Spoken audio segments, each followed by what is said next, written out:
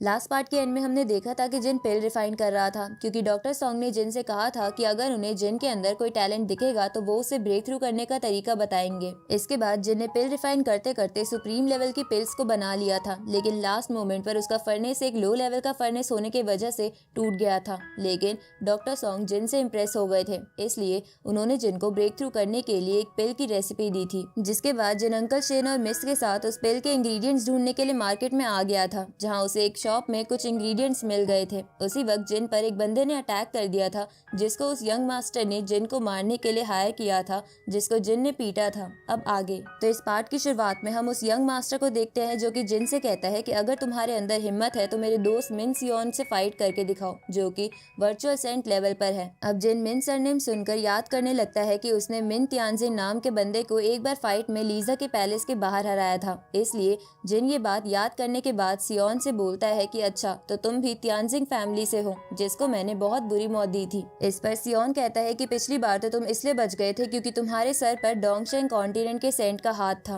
पर तुमने central Holi land में आकर बहुत बड़ी गलती कर दी है, क्योंकि आज मैं अपने छोटे भाई का बदला तुमसे लेकर रहूंगा। इसके बाद सियोन अपने स्पेयर से जिन पर अटैक कर देता है, तो जिन भी अपनी स्वॉर्ड को निकालते हुए उसके अटैक से बच जाता है और अपने स्लैश अटैक से उस बंदे पे हमला कर देता है। पर सियोन जिन की स्वॉर्ड को बड़ी ही आराम से रोक लेता है, जिसके बाद वो अपने फ्लेम पाइथन से जिन पर अटैक कर देता है, जिसे जिन अपनी स्वॉर्ड से रोकने की कोशिश करता है। तभी उन दोनों की फाइट की वजह से बहुत तेज एनर्जी निकलने लगती है, जिसे देखकर वो यंग मास्टर और उसका चमचा बोलते हैं कि आज जरूर जिन अपनी पैंट गीली कर देगा, क्योंकि वो पहली बार किसी वर्चुअल सेंट लेवल के बंदे से लड़ रहा है। इधर अंकल शेन भी उस एनर्जी से थोड़ा इंजर्ड हो जाते हैं, लेकिन सही वक्त पर मिस उनके चारों तरफ एक शील्ड बना देती है। जिसके बाद अंकल शेन बोलने लगते हैं कि ये जिन बस हमेशा किसी न किसी से पंगा ही लेता रहता है और अब पता नहीं ये वर्चुअल सेंट लेवल के कल्टीवेटर को हरा पाएगा भी या नहीं। इस तरफ जिन और सियोन फाइट कर रहे थे, लेकिन दो बड़े बड़े फायर पाइथन की वजह से जिन को लड़ने में मुश्किल होने लगती है। इधर वो यंग मास्टर और उसका चमचा थोड़ा पीछे चले जाते हैं, क्योंकि उस फायर पाइथन के फ्लेम्स उन तक आ रहे थे। उसी वक्त वो दोनों पाइथन जिन को दोनों तरफ से घेर लेते हैं, पर जिन रेन ड्रॉप सोल इमेज नाम की शील्ड बनाकर उन पाइथन से बच जाता है और उन्हें अपने धर्मा बॉडी स्टैचू से डिस्ट्रॉय कर देता है। तो मिस जिन के धर्मा बॉडी स्टैचू को देखकर चौंकती हुई कहती है कि जिन के धर्मा बॉडी स्टैचू के पास तो होली न्यूरॉन की पावर है। इधर उस यंग मास्टर के चमचे को बिलीव नहीं हो रहा था कि जिन सिर्फ लॉ लेवल पर होने के बावजूद भी उन फायर पाइथन से बच गया। तभी वो यंग मास्टर अपने चमचे से कहता है कि जिन ने एक अटैक को ब्लॉक कर दिया तो क्या हुआ, भूलो मत सियोन वर्चुअल सेंट लेवल पर है, साथ ही उसके पास ब्लड सोल स्पेयर भी है, जिसकी वजह से जिन सियोन को सपने में भी नहीं हरा पाएगा। इधर सियोन भी जिन के धर्मा बॉडी को देखकर तारीफ करने लगता है, पर साथ ही वो कहता है कि तुम अपनी इस पावर से भी मेरा सामना नहीं कर सकते हो, क्योंकि मैं वर्चुअल सेंट लेवल पर हूँ। इसके बाद सियोन अपने फायर पाइथन को फिर से समन करके जिन पर अटैक कर देता है, तो जिन उन पाइथन से बचते हुए सियोन के पास पहुंचने की कोशिश करता है ताकि वो एक बारी में ही सियोन को मार दे, लेकिन इसमें उसे बहुत डिफिकल्टी हो रही थी क्योंकि वो पाइथन बार बार बीच में आ रहे थे और सियोन भी अपनी स्पेयर की मदद से जिन को पीछे फेंक दे रहा था। तभी वो अपने मन में सोचने लगता है कि मेरे डोमेन का इस पर कोई भी असर नहीं होगा, इसलिए मुझे इसे हराने का कोई और रास्ता ढूंढना होगा। अब ये सोचकर जिन अपने यिंग यांग ड्रैगन टेक्निक से उन पाइथन पर अटैक करके उन दोनों को बिजी कर देता है और जिन खुद लिंग लॉन्ग के दिए हुए मैजिकल आर्टिफैक्ट की हेल्प से सियोन को चेन में बांध देता है, जिसकी वजह से सियोन की सोल पावर तेजी से खत्म होने लगती है। तो ये देखकर सियोन जिन से कहता है कि ये आर्टिफैक्ट एक सेंट का है, तो तुम्हें ये कहाँ से मिला, पर जिन उसकी बात का जवाब नहीं देता और अपनी स्वॉर्ड से एक पावरफुल अटैक करके सियोन को मार देता है। ये देखकर वो यंग मास्टर जिन से बोलने लगता है कि तुमने अभी अभी मिन फैमिली के सेकंड यंग मास्टर को मार दिया है, लेकिन अब तुम जिंदा नहीं रह पाओगे, क्योंकि मिन फैमिली का ये यंग मास्टर सोल क्रीक वैले के सेंट का स्टूडेंट है, इसलिए अब वो तुमसे इसका बदला जरूर लेगा। ये सुनकर जिन उन दोनों से बोलने लगता है कि क्या तुम्हें भी इस बंदे से मिलने हेल में जाना है। ये सुनकर वो दोनों वहाँ से भाग जाते हैं। इसके बाद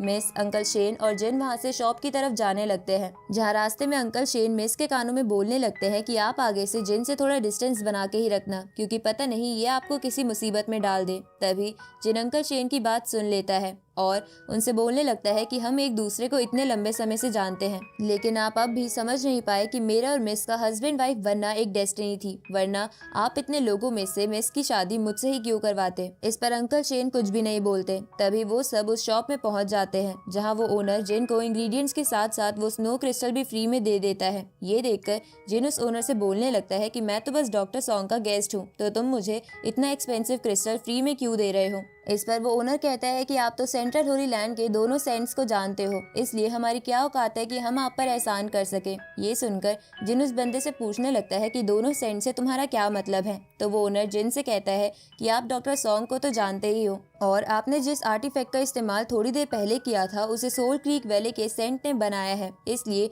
ये देखकर मैं समझ गया कि आप उन्हें भी जानते ही होंगे। ये सुनकर जिन चौंक जाता है। अब हम रात का सीन देखते हैं जहां सॉन्ग यन उस आर्टिफैक्ट को देखकर बोलने लगता है कि ये तो सच में सोल क्रीक वैली के सेंट का आर्टिफैक्ट है, लेकिन जब मैंने इसे पहली बार देखा था तो मुझे लगा था जिन उस यंग मास्टर को बेवकूफ बना रहा है। तभी उसकी कजन उस आर्टिफैक्ट को लेते हुए जिनसे गुस्से में पूछने लगती है कि तुम्हारे और सोल क्रीक वैली के सेंट के बीच क्या रिलेशन है जो तुम्हारे पास उसका आर्टिफैक्ट है। इस पर जिन उसे बताता है कि मैं तो गलती से सोल क्रीक वैली में चला गया था जहाँ ये आर्टिफैक्ट और 10 न्यूरॉन पिल मैंने वहाँ की एक लिंग लॉन्ग नाम की लड़की से उसकी जान के बदले ली थी। ऊपर से मैं तो वहाँ के सेंट से मिला भी नहीं, क्योंकि जब मैं वहाँ गया था तब वो वहाँ नहीं था। लेकिन सॉन्ग यन की कजन को जिन की बातों पर विश्वास नहीं हो रहा था, तो जिन उससे कहता है कि मैं तो डोंगशेंग कॉन्टिनेंट का एक ऑर्डिनरी कल्टीवेटर हूँ जिसके अंदर थोड़ा बहुत टैलेंट है, तो मेरा उस सेंट के साथ क्या ही रिलेशन हो सकता है। ये सुनकर सॉन्ग यन बोलता है कि तुम बहुत ही लकी थे जो कि तुम्हारी मुलाकात वहाँ के सेंट से नहीं हुई,